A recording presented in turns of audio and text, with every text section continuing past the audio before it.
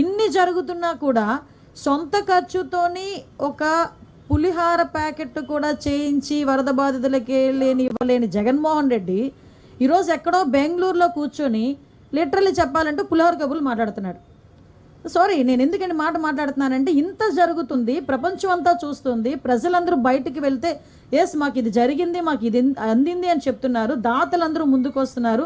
సిగ్గుపడాలి. చిన్న పిల్లలు వాళ్ళకి కిడ్నీ బ్యాంక్స్ తీసుకొచ్చుకొని ఇది కూడా మేము ఇస్తామని చెప్పి సీఎం గారి దగ్గరికి వచ్చి వాళ్ళు ఇస్తున్నారు. కొంతమంది పిల్లలైతే చదువుకున్న పిల్లలైతే వాళ్ళ పాకెట్ మనీని తీసుకొచ్చి వరద సహాయ ప్రాంతాల్లో ఉన్న వాళ్ళందరికీ కూడా ఇవ్వాలని చెప్పి ఆలోచన చేశారు.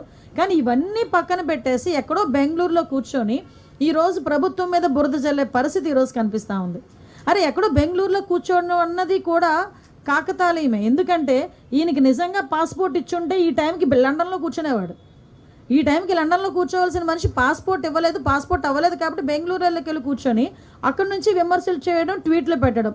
అరే నువ్వు 2 రోజుల అంటే మహా అయితే ఈ 9 రోజుల వరద ఉన్న ఈ విజయవాడ సిటీలో 20 నిమిషాలు గడిపాడు జగన్మోహన్ రెడ్డి కరెక్ట్గా చూసుకుంటే. ఒకరోజు ఒక 10 నిమిషాలు, ఇంకొక రోజు ఒక 10 నిమిషాలు. కానీ ఈరోజు గౌరవ ముఖ్యమంత్రి చంద్రబాబు నాయుడు గారు అలా కాదే, ఉదయము సాయంత్రము కూడా వెళ్ళటమే కాదు, వాళ్ళందరూ కూడా ఎలా ఉన్నారు, ఏం చేస్తున్నారు అనేది చాలా క్లియర్గా కనుక్కొని సాయంత్రం మళ్ళీ మీ అందరికీ కూడా బ్రీఫ్ ఇచ్చి ఇక్కడ మళ్ళీ అఫీషియల్స్ అందరితో పాటు మీటింగ్ ఏర్పాటు చేసుకొని వాళ్ళతో క్లియర్గా ఎలా జరుగుతుంది. ఏ మంత్రి అండి ఈ రోజు వరకు ఒక బ్రీచ్ని క్లోజ్ చేయడానికి ఇన్ని రోజులు ఒక మంత్రి అక్కడ 3 రోజులు 4 రోజులు కూర్చున్న సందర్భం ఉందా?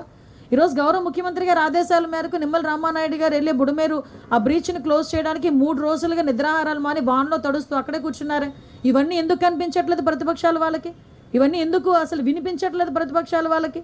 కనీసం ఏదో రకంగా బురద జల్లాలి అని ఒకే ఒక పరిస్థితుల్లోని పేటీఎం బ్యాచ్ని దింపి సాక్షి ఛానల్ని పట్టుకొని నోటుకు వచ్చినట్టు మాట్లాడడం తప్పించి ఏమీ వాళ్ళు చేసే పరిస్థితి అయితే కనిపించట్లే. ఒకటైతే క్లియర్గా ఉన్నాను, ప్రజలందరూ కూడా ఇప్పుడు ఎన్డీఏ పక్షాలు ఉన్నారు, ఎన్డీఏ నాయకులందరూ కూడా ఈరోజు ముందుకు వచ్చి సేవా కార్యక్రమాల్లో పాల్పంచుకుంటున్నారు. రేపటి నుంచి కూడా ఎన్యూమరేషన్ కూడా స్టార్ట్ అవుతుంది. ఎన్యూమరేషన్లో కూడా ప్రజలందరూ కూడా సహకరించాల్సిందిగా ప్రజలందరికీ కూడా నేను కోరుకుంటున్నా. ఎన్యూమరేషన్ స్టార్ట్ అయిన తర్వాత వాళ్ళకి ఎలాగ రిలీఫ్ ఇవ్వాలనేది కూడా ఆలోచన చేసుకుని రిలీఫ్ కూడా ఇస్తాం.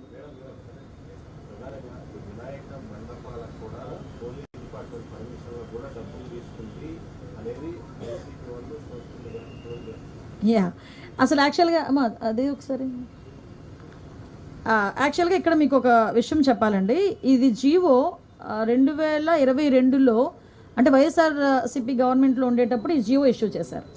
అయితే విషయం ఏమైందంటే కరెక్ట్గా 15 డేస్ బ్యాక్ 20 డేస్ బ్యాక్ మాకు అన్నీ కలిపి ఒకే పోర్టల్లో అంటే సింగిల్ విండో విధానం తీసుకొచ్చి ఆ సింగిల్ విండో విధానంలోని ఇప్పుడు మన electrical department permission, R&B permission, panchayat municipality permission, police permission, electricity permission, ఈ 5 పర్మిషన్స్ డెఫినెట్గా మనకి వినాయక మండపం పెట్టాలంటే ఉండాలి.